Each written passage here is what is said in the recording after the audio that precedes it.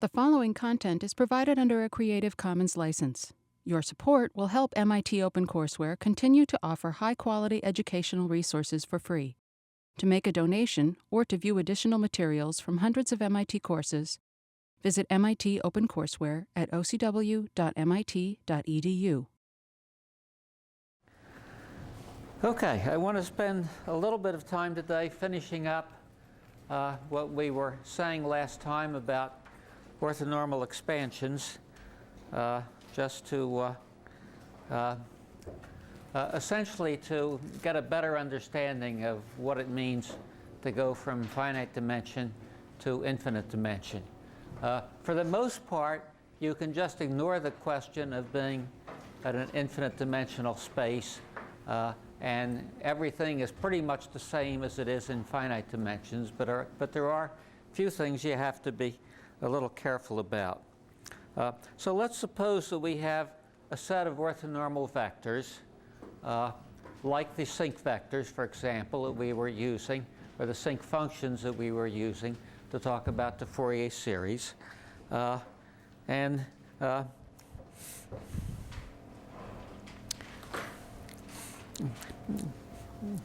the thing that we said last time at the end of the hour, we quoted this theorem, which was almost obvious, I think, in terms of the other things that we did, which said that if you start out with some vector v, you can project it successively onto these onto this set of orthonormal functions in such a way that you get closer and closer to the vector that you're looking for.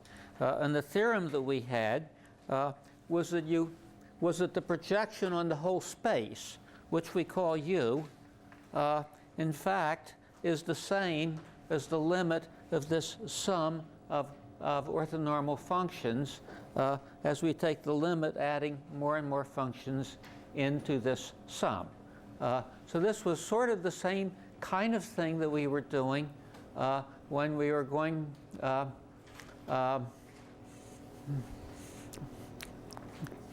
it's the same sort of thing that we did when we were doing the projection theorem for finite dimensions. You remember the thing that we did there was to first project this function onto a single waveform.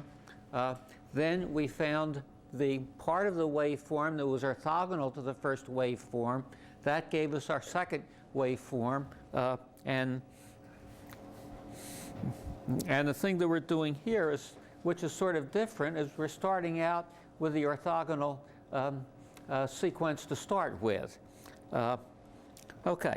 Anyway, the thing that we showed was that the vector we start with minus this approximation, which is in the space generated by all of these phi sub m's, that this difference has to be orthogonal to each phi sub m, because that was the way we constructed it.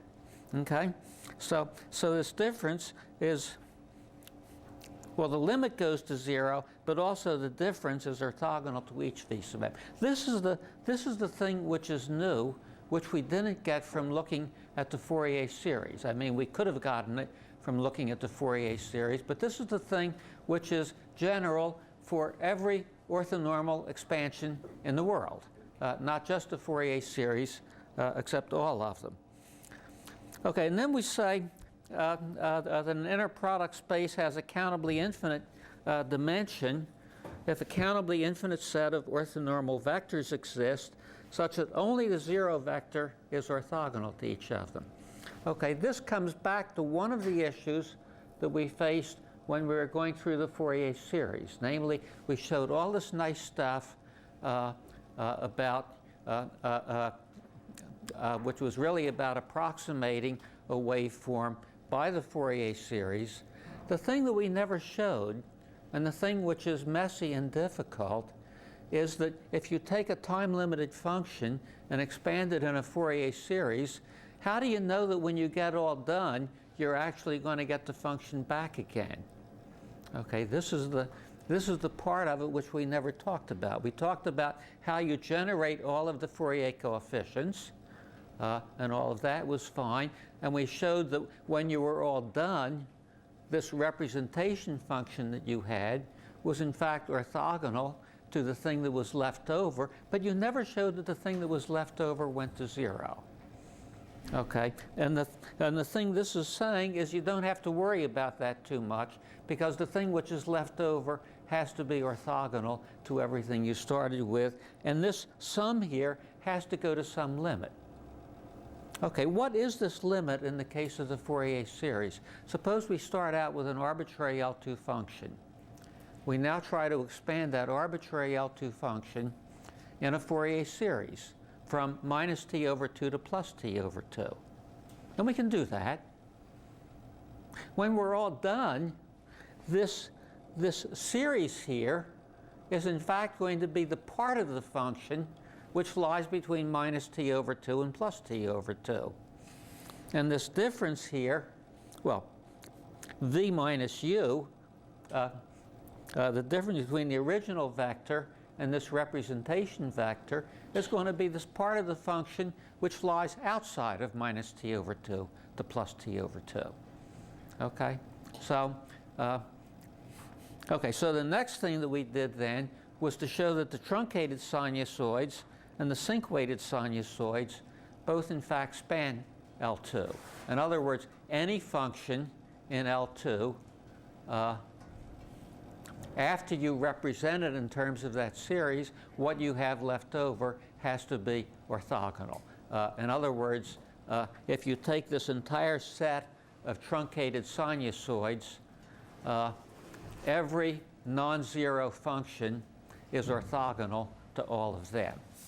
Every non-zero function in this L2 equivalence sense. Okay?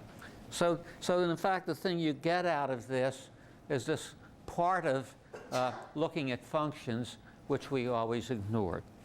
Okay, there's another issue that we ignored when we were looking at functions, which comes out of this.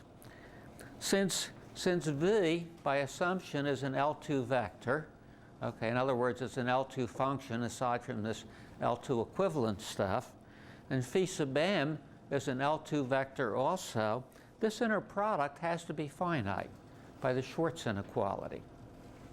Okay, how did we get around this when we were dealing with a Fourier series? Does anybody remember? Of course you don't remember. I hardly remember that. The way we got around it was by saying that this orthonormal function, which was then a truncated sinusoid, it was truncated to minus t over 2 and plus t over 2, and the waveform was just e to the I to pi ft.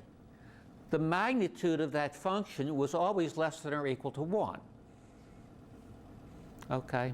And because the magnitude was always less than or equal to 1, you could just take the integral of v of t times phi sub m of t, and you could show directly that that integral always existed because of the special property of the sinusoids. Here what we're saying is you don't have to worry about that anymore.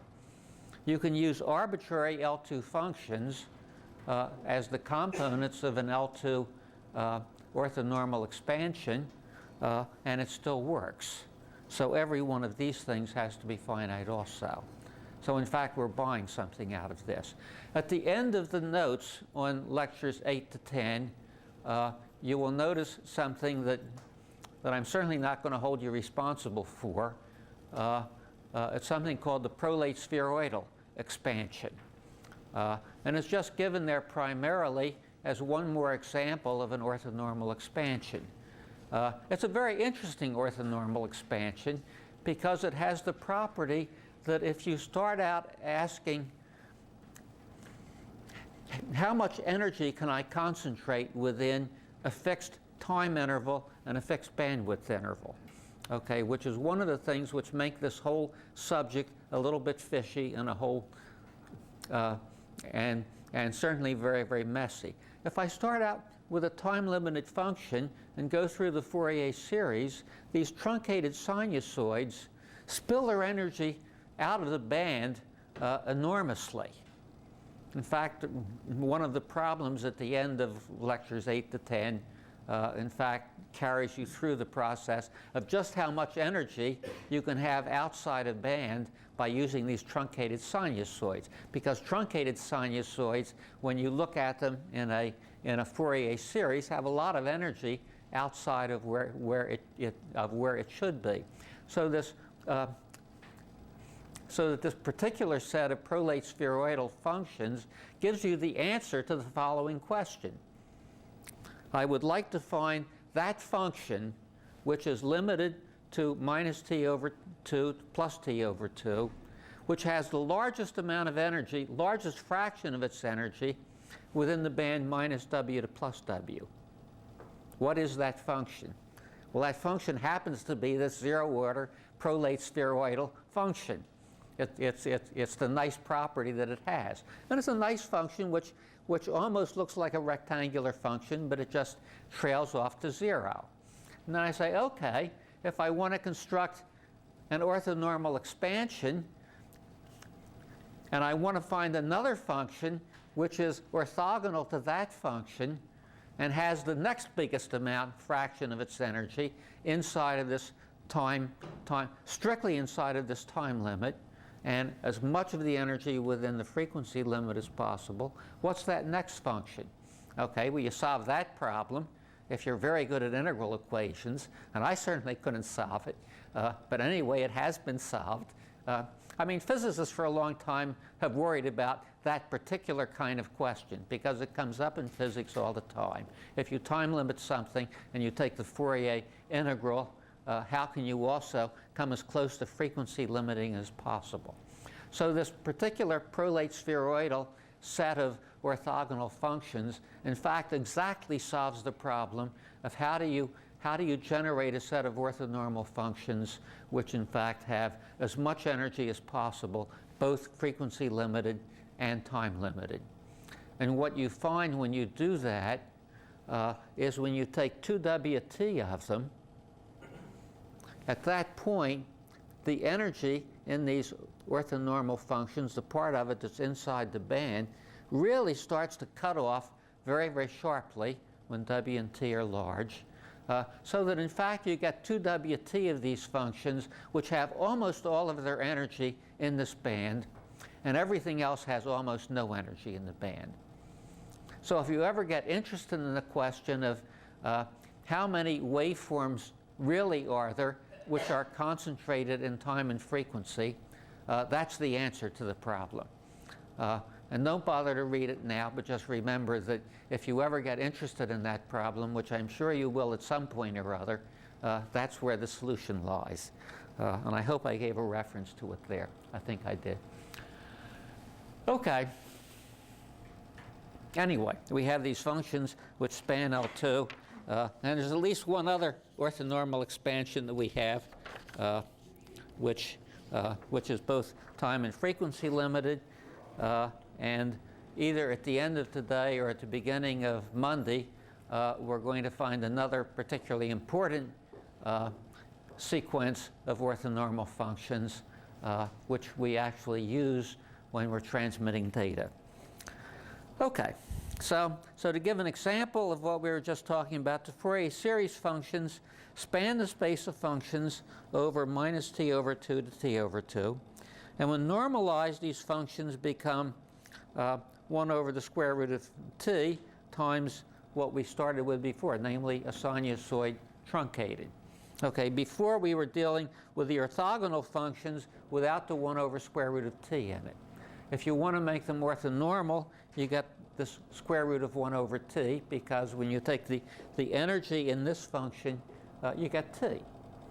If you don't believe me, set k equal to 0 and look at that, and even I can integrate that.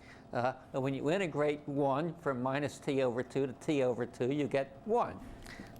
So then you have to multiply it by the square root of 1 over t. When you view the Fourier series functions in this way, it's nice because they're orthonormal.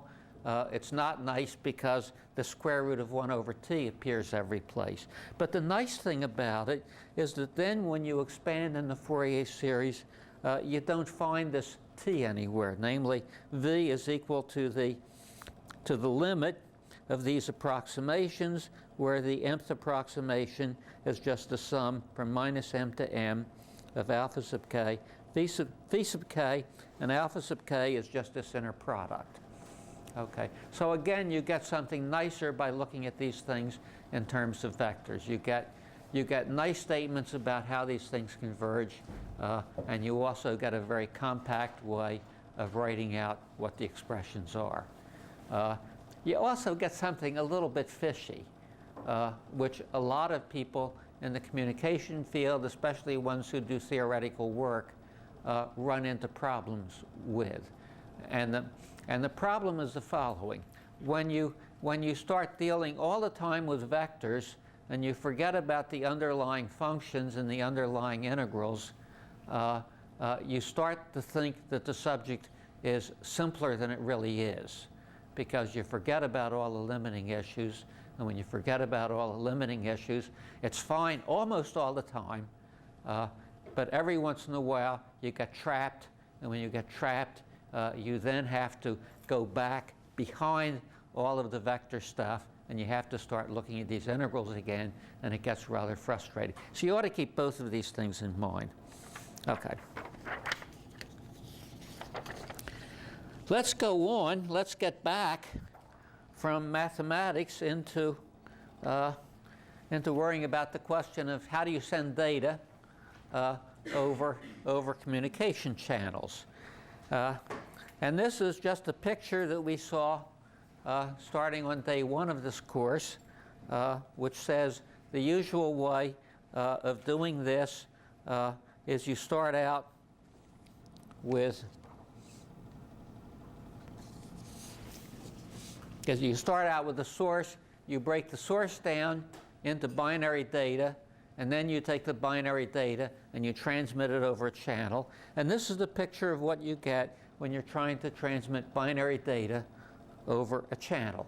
And here we've broken down the encoder, as we called it, into 2 pieces, one of which we call the discrete encoder, and one of which we call modulation.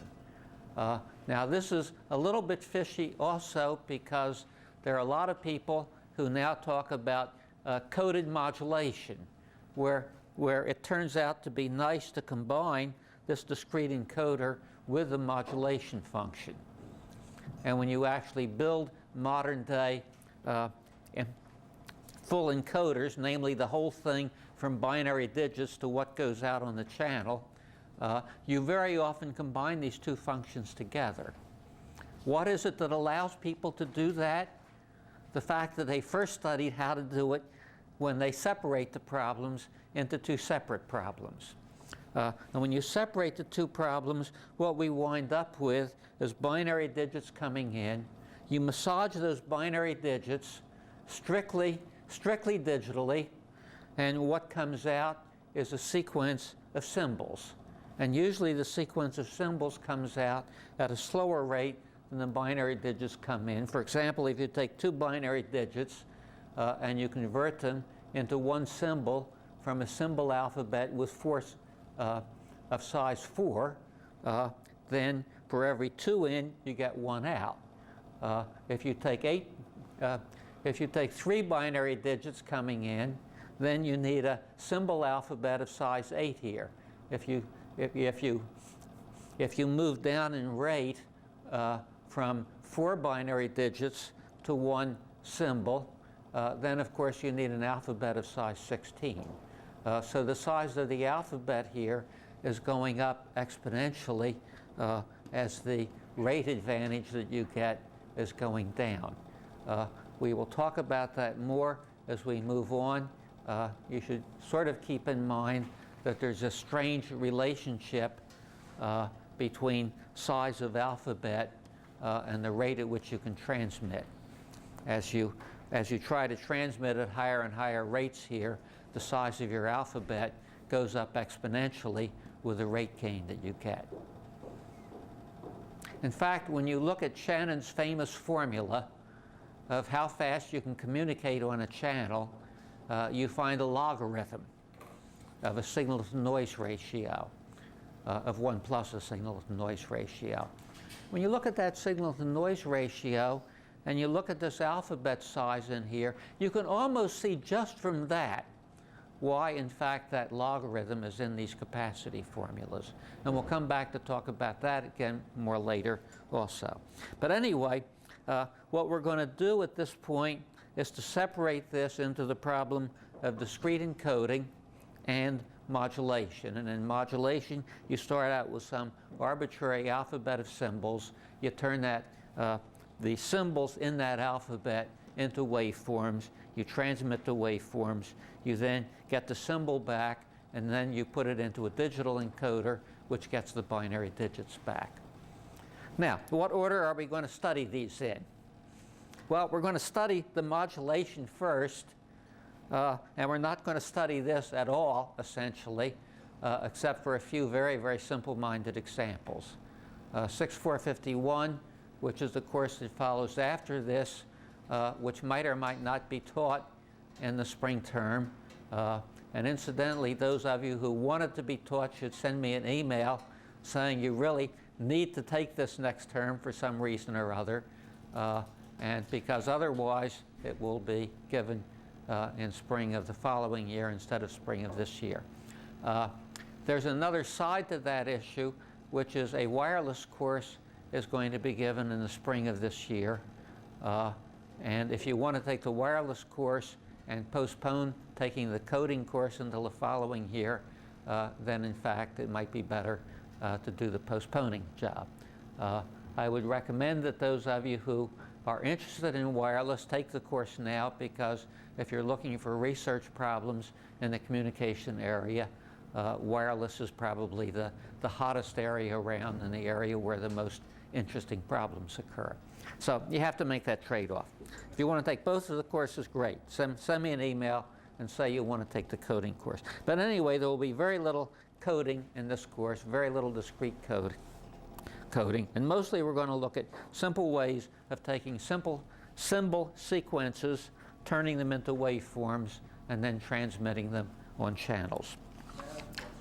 Yeah? So basically, when you do the source coding, you have the symbol sequence, and you transform the binary streams. And then you, here, the channel coding, you transfer back the binary to symbol to waveform. Yes. Again, why do you directly use the symbols? Okay, why don't I go from waveforms directly to waveforms instead of going from waveforms to symbols to binary digits, and then I just have to go back up again? A bunch of reasons.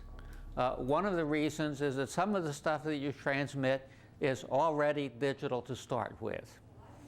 When you look at what goes over a network today, for example, it's carrying digital data, it's carrying analog data, it's carrying images, it's carrying everything you can imagine.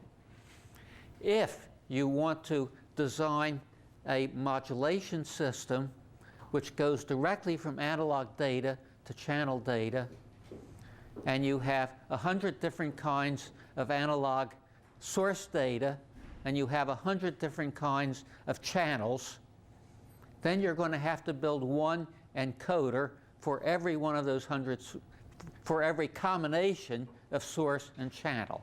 In other words, you've got to build 10,000 devices. If your interest is in keeping engineers employed, which I think is a very good interest, that's a very good philosophy to take.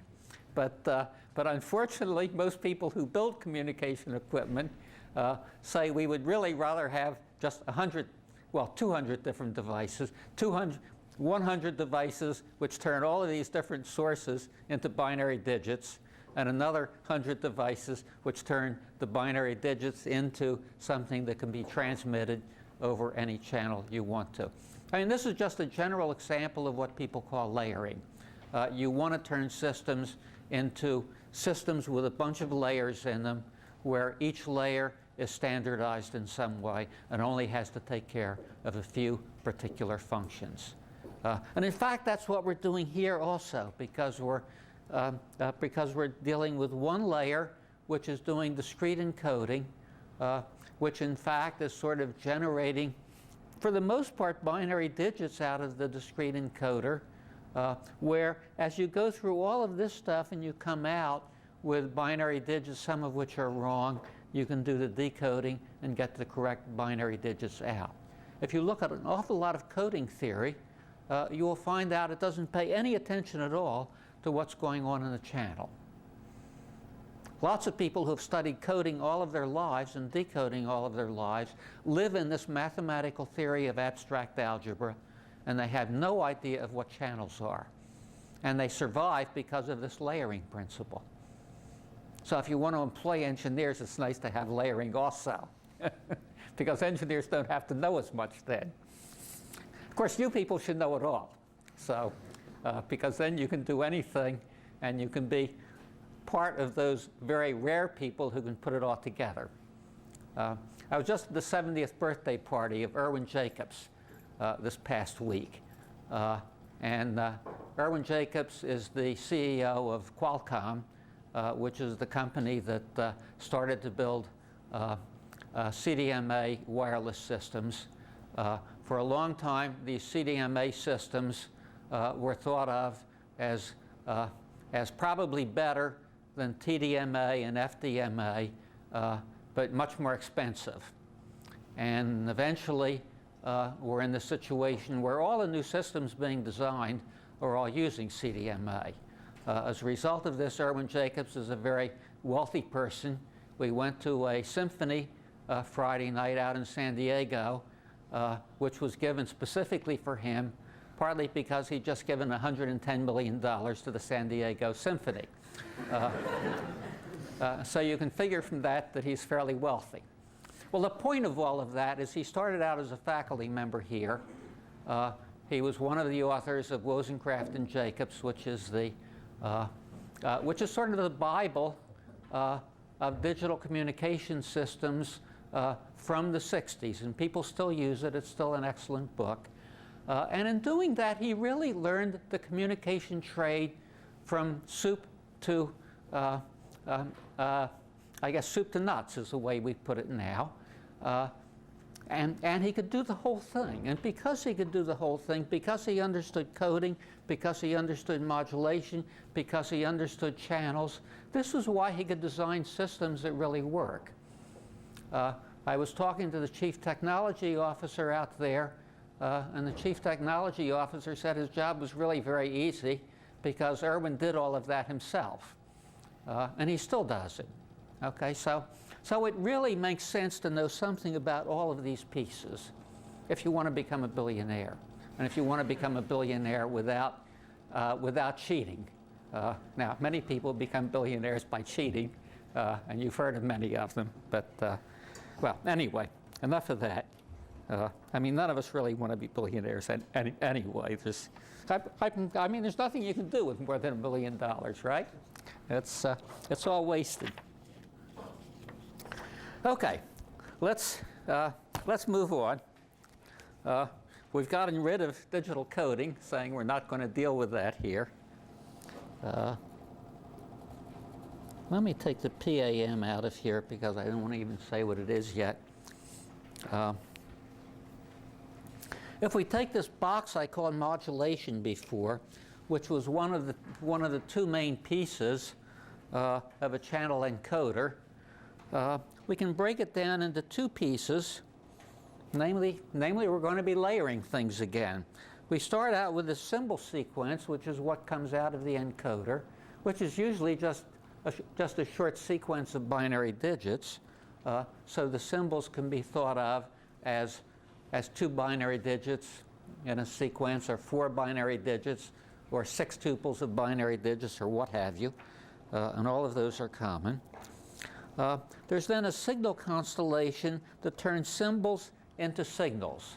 Now notation in the field is totally non-uniform because most people use symbols and sequences and waveforms and binary n-tuples all totally synonymously. And the distinction we'll try to make here is that symbols are things like binary digits that don't have any numerical meaning to them. I mean, a 1 and a 0 The only thing important there is that 1 and 0 are different from each other. All computer scientists call 1s and 0s Alice's and Bob's. Lots of other people call them +1s and -1s. It doesn't make any difference what you call them. It's just an alphabet with 2 values in it. When we talk about signals, we're talking about numerical values.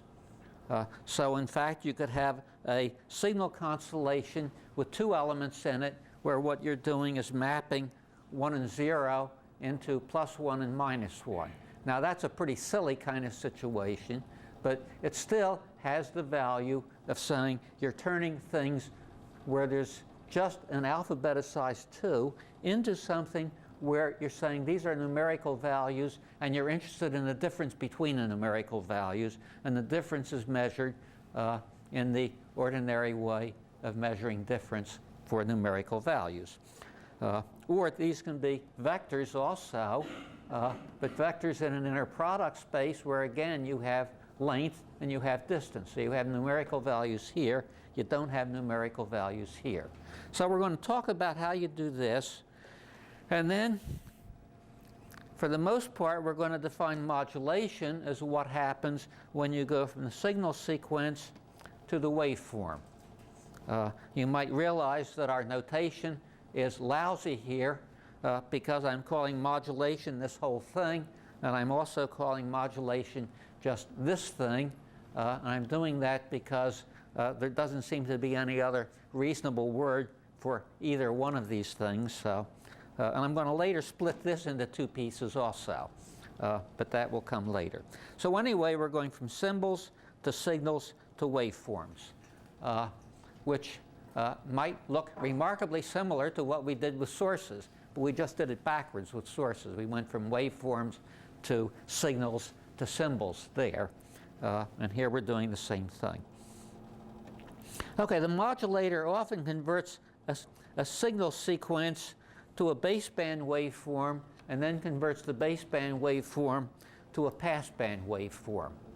And just historically, people used to think of modulation as the process of taking something at baseband and converting it up to some passband. Now it's recognized that the interesting problem is not how do you go from baseband to passband, which is just multiplying by a cosine wave. There's not much more to it than that. Well, it's a little more to it, but not much. And the interesting problem is how do you convert signals into waveforms, which is why one of the reasons we went through all of this stuff about L2 waveforms and orthonormal expansions and all of this stuff. Okay, so for the time being, we're going to look at modulation and demodulation without worrying about what bandwidth any of this occurs at. So we'll just look at it at baseband.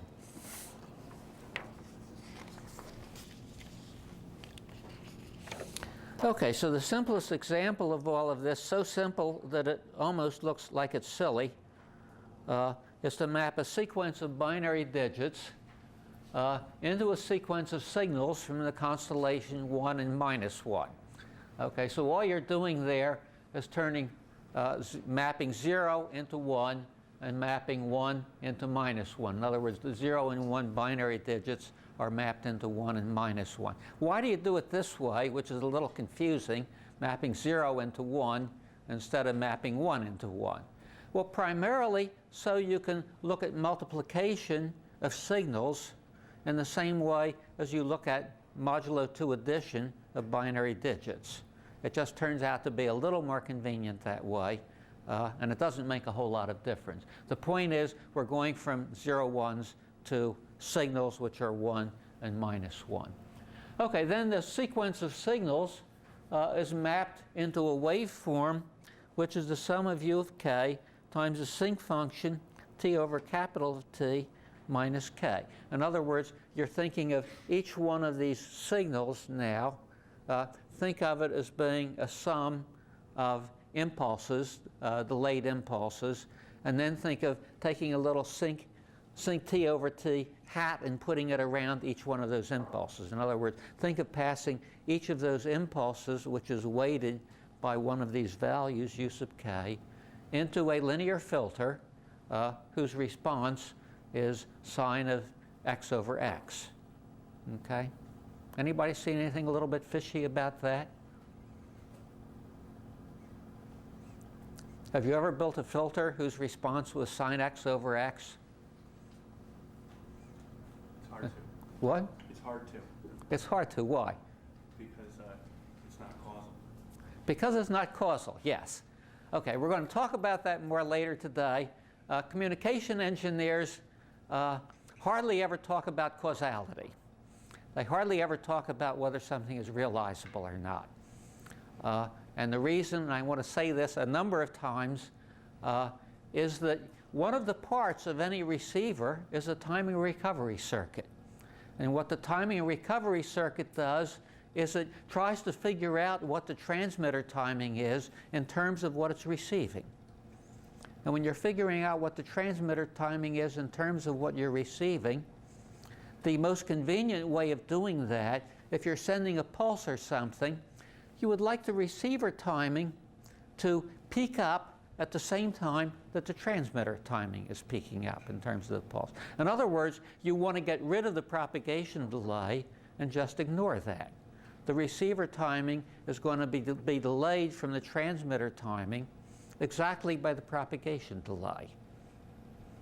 Now, if we always do that, causality becomes totally unimportant.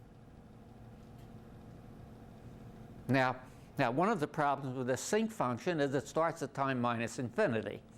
And even if you delay the receiver timing by an infinite amount of time, you can never use the communication system until it's time to tear it down and bring in a new one, which unfortunately is what happened to the third generation wireless systems. By the time people figured out how to build them, everybody was saying, old-fashioned stuff. We're going to go directly on to fourth generation. And they might go directly from fourth generation to fifth generation, who knows. Well, anyway, you can't implement these even with the receiver timing different than the transmitter timing. But you can always approximate things with enough delay between transmitter and receiver so that you can approximate any filter you want to without worrying about causality at all. And it's hard enough designing good filters without worrying about causality that you don't want to bring that into your picture at the beginning. So communication engineers usually say that those timing issues are not important and a little bit of delay is not going to hurt anything. All of Shannon's theory was as successful as it has been and transformed the whole communication industry because he never talked about delay at all. He just ignored the question of delay from beginning to end. And when you look at his capacity formulas, they are assuming that you have as much delay as you need between transmitter and receiver, and assuming that that isn't important. And in terms of the propagation delays and the filtering delays in most modern communication systems, those delays are not really important. The propagation delays you can't avoid, so you might as well ignore them, which is why you build timing recovery circuits. And the filtering delays are usually unimportant relative to all of the other delays that come into these systems. So for the most part, we're just going to ignore those questions. Okay, if you have no noise, no delay, and no attenuation, the received waveform is going to be the same as the transmitted waveform. And then what you would like to do is to sample that and convert it back to binary. So that's what the receiving side of this trivial system is doing. Now, why can you ignore attenuation? Anybody have any idea why we might want to ignore attenuation?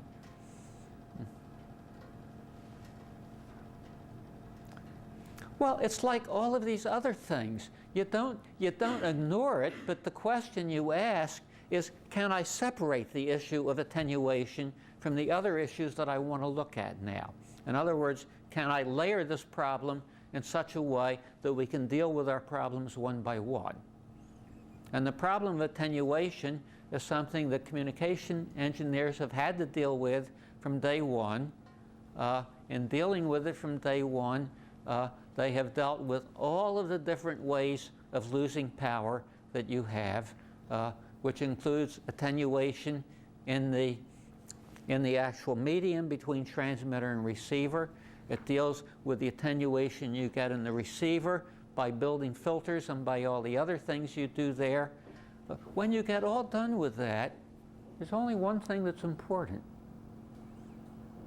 Because you can deal digitally with very, very small signals. And the only thing that's important is what happens to the noise. You get noise in the communication medium. That comes into the receiver. And now anytime you amplify what you receive, you're going to be amplifying the noise as well as amplifying the signal. An easy way to deal with that is to assume that there isn't any attenuation in what you're calling the signal, because you're going to amplify that to a reasonable value to operate on it anyway. So in fact, you're amplifying the noise. So the only thing you're interested in is what's the ratio between the signal power and the noise power. Okay. So those issues we can deal with completely separately from these issues of what kind of waveforms do we want to choose.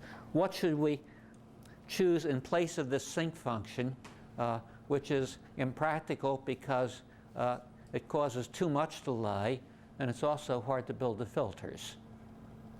Okay, so we'd like to deal with that question separately from the question of attenuation. There's a short section in the notes which I'm not going to go into because you can read it just as easily as I can talk about it, about dB and why people use dB to talk about all of these questions of energy losses, and why in fact there's a whole set of engineers whose function is to deal with link budgets. In other words, when you build a communication system, you're losing power everywhere along the way. You're losing it in the medium. You're losing it by the way you build the antennas. You're losing some here. You're losing some there. And what these people do is they look at all of these attenuations together, and they multiply together. So in fact, it's easier to take the logarithm of all of these terms. And when you take the logarithm, that's where you get decibels from. Because these people, instead of taking natural logs, which would seem like a much more reasonable thing, always take the logarithm to the base 10 and then divide by 10. And what this section in the notes says is that that's a practice which has grown up because it's very easy to do mental arithmetic with that. The logarithm to the base 10 of the number 2, which is one of the biggest numbers that ever appears. 2s are more important than thousands, okay? And the logarithm to the base 2 of 10 is blah, blah, blah, blah, blah, blah, blah, blah. It's 0.3. And when you divide it by 10, you get 3 dB. So a factor of 2 is called 3 dB. This means that a factor of 4, which is 2 squared, is 6 dB. Factor of 8 is 9 dB, and so forth. And this gives us a table of all these numbers which all communication engineers memorize. The other reason for it is that if you're talking to a communication engineer, he will recognize you as a member of his fraternity if you let the word dB slip several times. Don't even have to know what it means. You just talk about dB. And you say, my income is 3 dB lower than your income. And that makes him very happy. Okay, so anyway, that's all we need for this simple example. We now want to go into more complicated things. Okay, pulse amplitude modulation. This is one of the major ways of turning bits into signals and then turning the signals into waveforms again. Again, I'm doing this first not because it's the most important scheme to talk about, but because we want to understand these things one by one. And when we understand PAM, we'll then talk about QAM, and you'll understand that. And then we can go on to look at other variations of these things. So the signals in PAM are one-dimensional. Okay, the constellation, the only thing it can be, since it's one-dimensional, one real dimension, is a set of real numbers. So you're going to modulate these real numbers, and that we're going to talk about later. How do you find this function here? We are just going to take these real numbers, which are coming in to the transmitter one by one out of the digital encoder. You're going to take these numbers, you're going to view them as being multiplied by delayed impulses, and then pass through a filter. And the filter's response is just impulse response is P of t. In other words, what we're doing is saying we don't like the Sinc function. Therefore, simplest thing to do is replace the Sinc function by something we do like. So we're going to replace the Sinc function by some filter characteristic which we like. And that's a way to modify this previous example into something that makes better sense. So we're doing two things here when we're talking about PAM. One, we're talking about generalizing this binary signal set. And two, we're talking about generalizing the Sinc function into some arbitrary impulse response. Okay, so a standard PAM signal set uses equispaced signals symmetric around 0. And if you look at the picture, it makes it clearer what this means. It's the same thing we were using all along when we were talking about quantization. If you're looking at one-dimensional quantization, that's a very natural way to choose the representation points. Here, we're doing everything in the opposite way. So we're starting out with these points. Well, we're starting out with 8 symbols and turning them into 8 signals. And when you take 8 symbols and turn them into 8 signals, perfectly natural thing to do is to make each of these signals equispaced from each other and center them on the origin. This is not something we have to see later.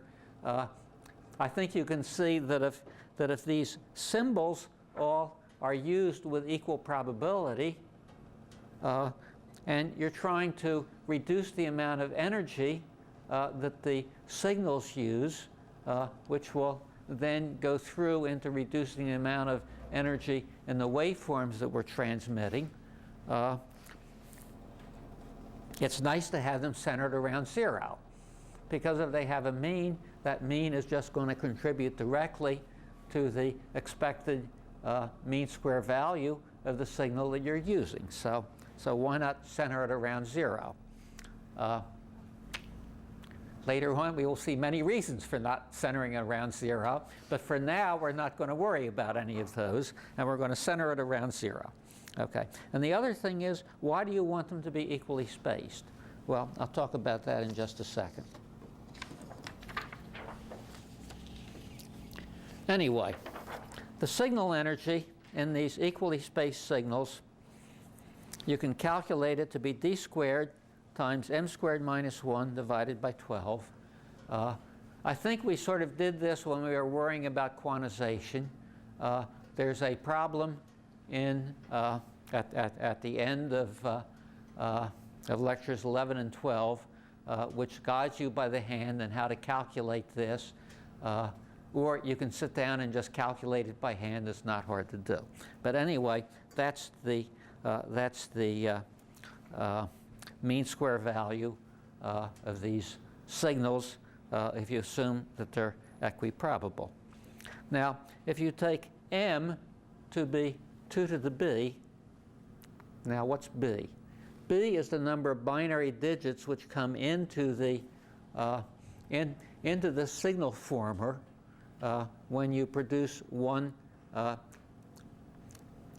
signal out. Namely, if you bring in b binary digits, you need an alphabet of size 2 to the b. Okay? If you have an alphabet of size 2 to the b, then you're going to need m equals 2 to the b different signals. So usually when you have a standard PAM system, that number there, 8 PAM, means 8 signals. 8 is usually going to be replaced by 4 or 16 or 32 or 64 or what have you, and usually not anything else, because you're usually going to deal with something which is a power of 2, because the logarithm of this to the base 2 is the number of bits which are coming into the signal former for each signal that comes out. Okay. This goes up very rapidly as m squared goes up. In other words, as you try to transmit data faster by bringing more and more bits in per signal that you transmit, it's a losing proposition very, very quickly. It's this business of a logarithm which comes into everything here. We're going to talk about noise later. We're not going to talk about it now, but we have to recognize the existence of noise enough to realize that when you look at this diagram here, when you look at generating a waveform around this or a waveform around this, however you receive these things, noise is going to corrupt what you receive here by a little bit. Usually it's Gaussian, which means it tails off very, very quickly with larger amplitudes. And what that means is when you send A3, the most likely thing to happen is that you're going to detect A3 again. The next most likely thing is you'll detect either A4 or A2. In other words, what's important here is this distance here, and hardly anything else. If you send these signals with equal probability, and the noise is additive, the noise does the same thing no matter where you are along here, which says that the standard PAM set is almost the only thing you want to look at, so long as you assume that the noise is going to be additive, and the noise is going to affect everything along this line equally. It says that you just want to make the spacing between points big enough that it will pretty much avoid the noise. Okay, so the point of all of that is that D is fixed ahead of time. You can't play with that. You can play with M. When you play with M, you're playing a losing game with energy. So that's why standard PAM is the thing which is used with PAM. Not much you can do about it. And say here that the noise is independent of the signal. We will talk about this later. The noise being additive, the noise being independent of the signal are both saying almost the same thing, which will be obvious to you in a little while, but not until we start talking about noise. We don't want to start talking about noise now, so for now we deal with the noise just by saying that every signal must be separated by some minimum amount.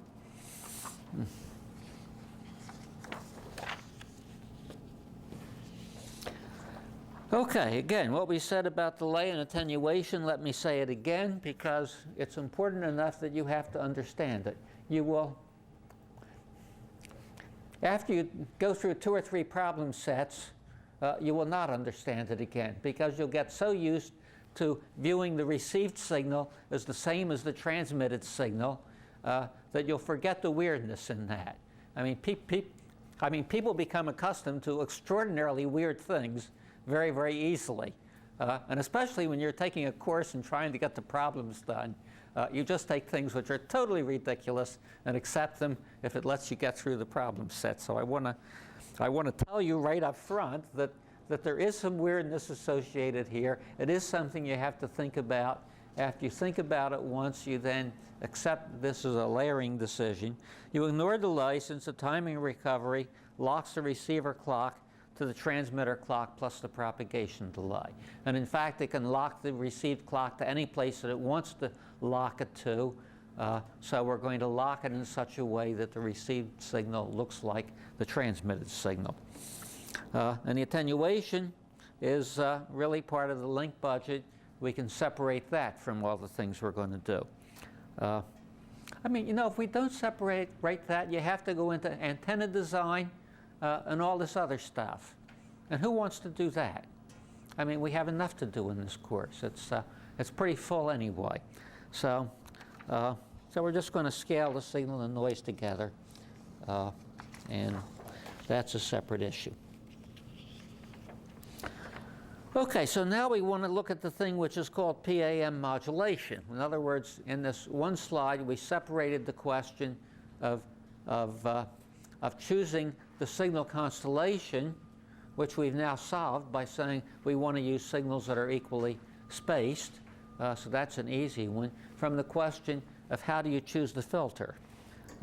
So the PAM modulation is going to go by taking a sequence of signals, mapping it into a waveform, which is this expansion here. We're not assuming that these functions are orthogonal to each other, although later we will find out that they should be. But for now, P of t is just some arbitrary waveform, and we will try to figure out how to choose this waveform in such a way as to replace the Sinc waveform with something which is better in terms of delay and almost as good in all other ways. Okay, we're not going to worry about the fact that P of t has to be realizable, because with our arbitrary time reference at the receiver, it doesn't have to be realizable. It doesn't have to be causal. Okay, so P of t could be Sinc of t over t, which would give us a nice baseband limited function, but it could be anything else at all. Okay, as we said before, Sinc t over t dies out impractically slowly, and it requires infinite delay at the transmitter. You can't even send these signals with a Sinc t over t signal, because to send them, you have to start out at the beginning of this little bit of wiggling. Now you say, okay, I'm going to truncate that when it's very small, and I don't worry about that. The point of what we're starting to look at now, though, is we're saying, okay, you truncate it, you do all these practical things, but it turns out that this problem of choosing this filter response has a very elegant and a very nice solution, and when we put noise in, it fits in perfectly with the idea of also of choosing this filter in a particular way. Now, we've talked about many problems here which were solved almost immediately after Shannon came out with his way of looking at communication in 1948. Guess when this problem was solved? It was solved 20 years earlier than that by a guy by the name of Nyquist, who was at Bell Labs back when Bell Labs meant something. Well, I mean, in 28, it was a great place. It was a great place until 7 or 8 years ago. Okay, Nyquist is important in feedback theory. He's done some of the most important things there. His Nyquist criterion in dealing with how do you choose these filters to avoid inter-symbol interference is fairly simple, but it's a very, very nice result. So we're going to talk about it. And then we will use that to say, okay, we don't have to worry about inter-symbol interference anymore, so all we have to worry about is noise. So we're getting rid of these problems one by one. Okay. Our main problem is to choose this filter so that we get some kind of reasonable compromise between time delay and bandwidth. That's basically the problem that we're facing. And Nyquist's solution to this was to say, forget about that also. Let's look at what set of filters work and what set of filters don't work, and then you can take your choice among this set of filters that work. Okay, so our problem is, how do you take the waveform u of t, which you receive, and find these samples out of it? Now, we already know that if you use Sinc functions, all you have to do is sample this, and you get these u sub k's back again. But if this thing is some absolutely wild waveform, maybe that's not what you get. So we say, okay, how do we retrieve these signals from the waveform that was transmitted and therefore from the waveform that was received? We're separating this from the noise question. Even if there's no noise at all, we still have a question, and how do you find those input values directly from the function? Okay, what we're going to do is to assume that the receiver filters u of t with a linear time invariant filter with impulse response q of t. Now, since we've said that p of t doesn't have to be causal, we might as well say that q of t doesn't have to be causal either, because we've already thrown these details of delay to the winds. So the filtered waveform then is going to be r of t, will be the integral of what was transmitted convolved with q of t. So this is what you receive. And then what we're going to do is we're going to sample this waveform. Okay, so Nyquist said, let's restrict ourselves to looking at receivers which first filter by some filter we're going to decide on, and then sample. Why do you want to do that? Well, an interesting question. But Nyquist says that's what we're going to do. And since Nyquist was famous, that's what we're going to do. One of the problems in the homework this week is to show that if you relax this a little bit and you say, well, I don't want to do what Nyquist said. What I want to do is to look at an arbitrary linear receiver, which takes this received waveform, goes through any old linear operations that I want to go through, and solves for what, and from that tries to pick out these coefficients. And the question is, can you do anything more than what Nyquist did? And the answer is no.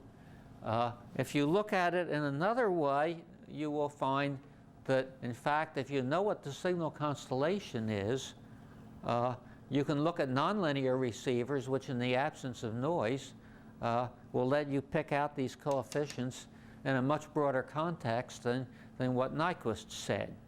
And why don't we do that? Well, because when noise comes in, that doesn't work at all. It's a lousy solution.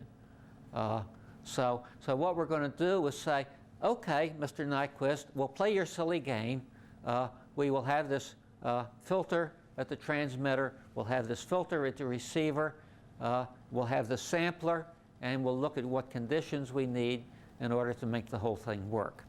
And then we will fit it in with noise, and everything will fit in a very nice way. So we have a nice layered solution when we do that.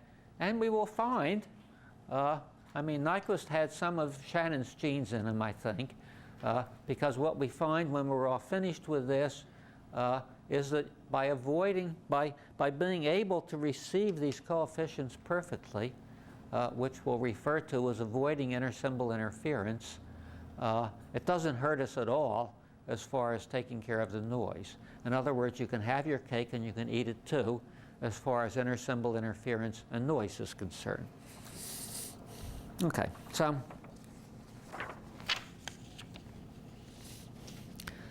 we wind up with a received waveform, which is the integral of the transmitted waveform times some filter. And we don't know how to choose this filter, but this is a filter. This can be represented now in terms of u of t is equal to this transmitted waveform in terms of this other filter that we don't understand. So we now have two filters that we don't understand. We have this integral here. Well, we can take this sum, we can bring the sum outside of the integral and have the sum of u sub k times just some composite filter g of t, where g of t is the convolution of p of t and q of t. Now, when you look at the notes are fairly careful in dealing with all these questions of L2 and convergence and all of this stuff that we've been talking about. Again, when you're trying to understand something for the first time, ignore all those mathematical issues. Try to find out what's going on. When you get an intuitive sense of what's going on, go back and look at the mathematics then, but don't fuss about the mathematics at this point. Okay, so R of t then is just going to be the sum over k of these sample values that are coming in times this composite filter, which is the convolution of the transmit filter and the receive filter. Now, this shouldn't be surprising. If you think of u of t as being formed by taking a sequence of impulses and then passing that sequence of impulses through a filter p of t, and then passing the output through a filter q of t, all you're doing is passing this sequence of impulses through the convolution of p of t and q of t. Okay? In other words, in terms of this received waveform, it couldn't care less what filtering you do at the transmitter and what filtering you do at the receiver. It's all one big filter as far as the receiver is concerned. When we study noise, what happens at the transmitter and what happens at the receiver will become important again. But so far, none of this makes any difference, and this is all we need to worry about. Okay, then Nyquist said a waveform g of t is ideal Nyquist. He didn't call it ideal Nyquist. He was a very modest person. But since then, people call it ideal Nyquist because he was the guy that sorted it all out. It's ideal Nyquist with period t, and I'll usually leave out the period t because that's usually understood, if g of kt is equal to delta of k. In other words, if g of 0 is equal to 1 and g of k times t for every non-zero integer k is equal to 0. In other words, if g has the same property that the sine function has. Sine function is 1 at 0 and it's 0 at every integer point beyond that. And Nyquist said, well, gee, all we need to do is make this filter have that property. And when you look at this, it's fairly obvious that that works, right? I mean, we want to sample R of t, say at j times capital T. R of j times capital T is going to be the sum here of u sub k times g of jt, R of t, R of jt is equal to sum over k of uk times g of jt minus kt.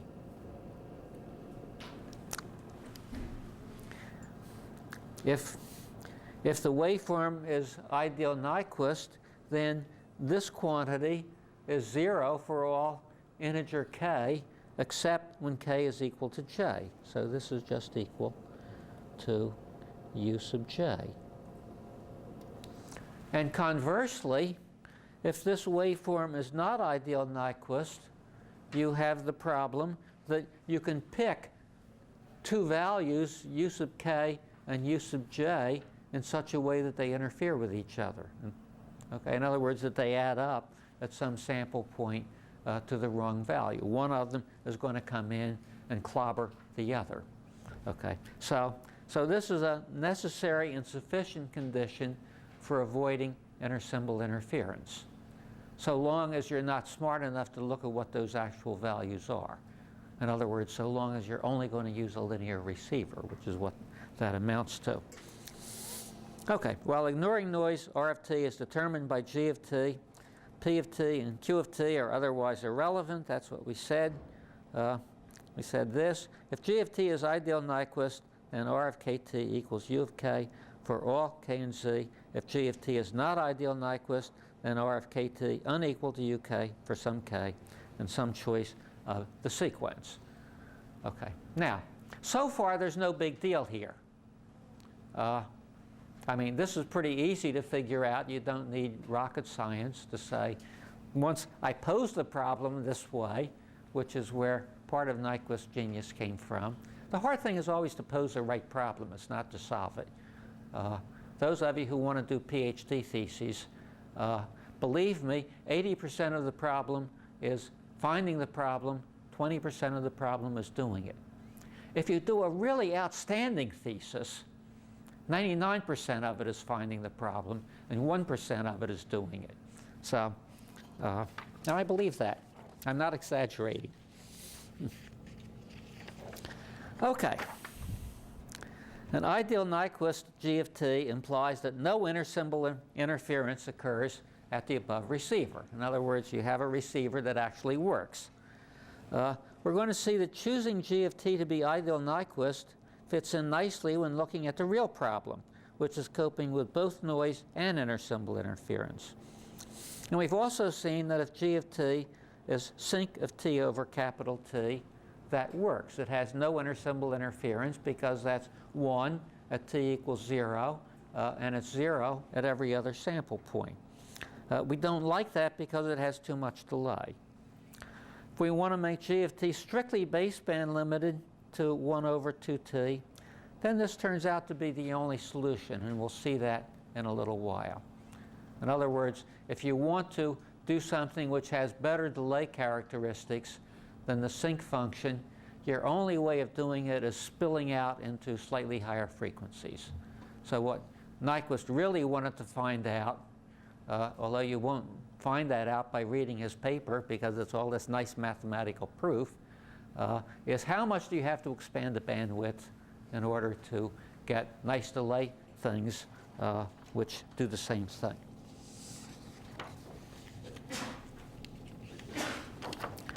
Okay, well now we think about it a little bit, and we have an advantage that Nyquist didn't have because we understand about aliasing.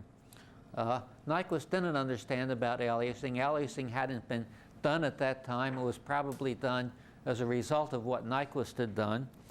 And if we look at the reconstruction from the samples G of kt of G, we get this function S of t, which is the sum of all the samples times Sinc of t over t minus k. Okay, that's for an arbitrary filter. This baseband reconstruction, by definition, when we were talking about aliasing, is just this function.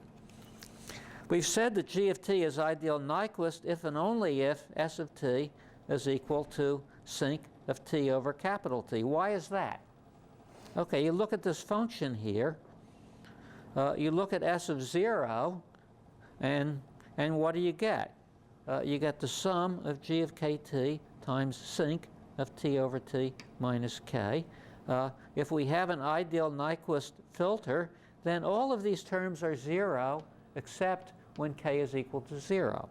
So S of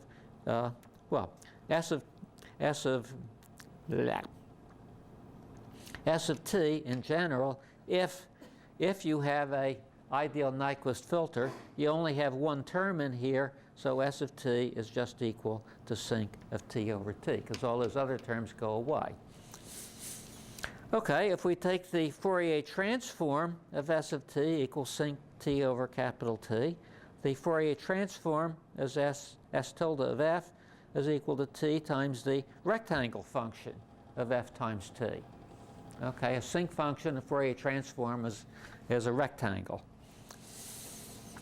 And the aliasing theorem then says that this Fourier transform of this low-pass representation has to be equal to this sum of different frequency terms. That's what aliasing says. It says that this baseband representation is aliased into by all of these other frequency bands, and each of them come in and add to what you get in frequency here. You remember that diagram that we drew where we took this arbitrary frequency function, and we picked up what was in each band, and we stuck it into the center band, and then we added all these things up.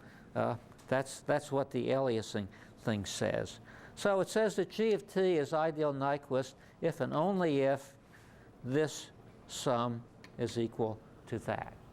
And that's the Nyquist criterion. That's what Nyquist did. but he did it long before anybody had heard of aliasing.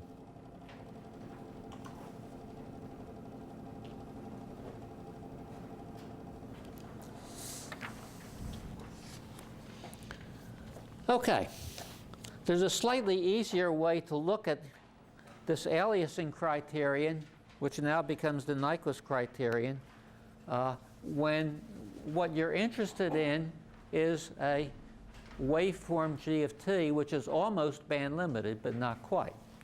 So what we're going to assume is that it's limited to at most twice this w here is 1 over 2t, which is called the Nyquist bandwidth. Everything is called Nyquist here. So this value here is the minimum bandwidth you could be using. It's 1 over capital 2t. It's what you would get if you were using the Sinc function. If you were using the Sinc function, what you would get is something which is a rectangle here, cut off right at this point, and cut off right at this point. Nyquist is saying, okay, well, suppose it's limited to at most 2w. Okay, in other words, suppose you have a slop over into other frequencies, but at most into the next frequency band, and no more than that. Then, if you look at this thing, which is spilling out, and we take the same picture we were looking at before, we take this quantity, bring it back down here. We take this quantity, bring it up here, and what do we get? This added into here, this thing adds up right there.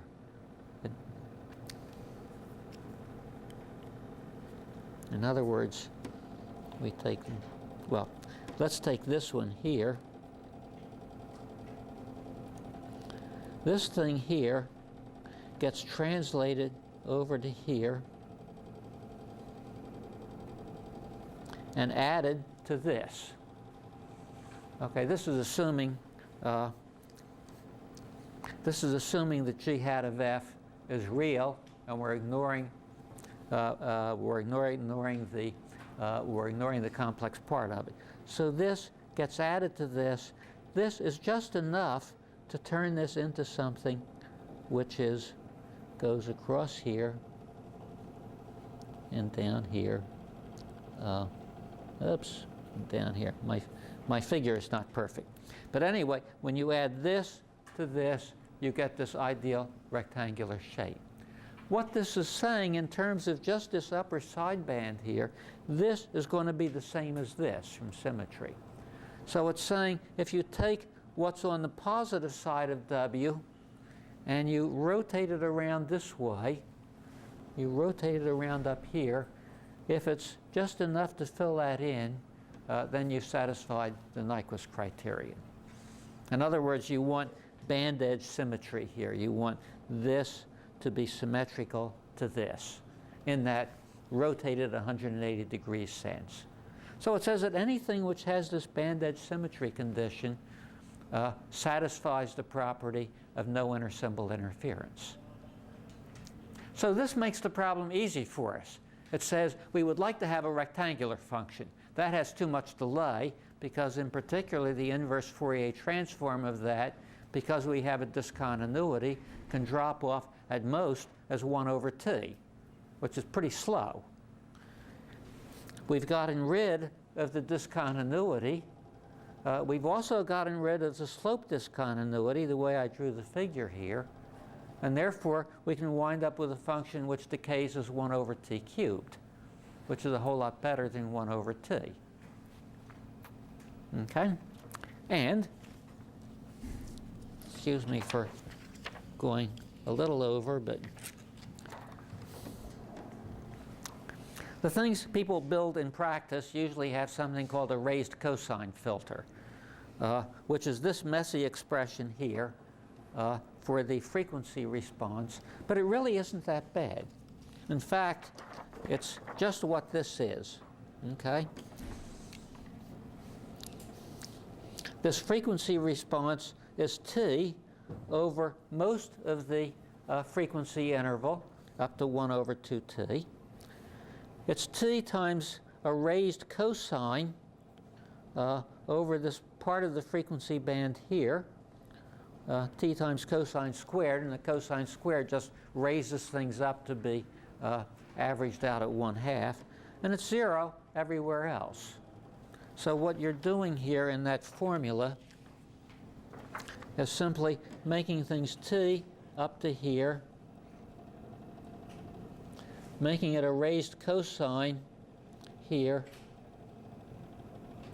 and making it 0 everywhere else. Okay? And depending on what you choose as alpha, that makes this sharper or less sharp. And people usually choose it to be about, alpha to be about 15% or so, which means these filters chop off very, very rapidly. Is that hard to build? Doesn't make any difference.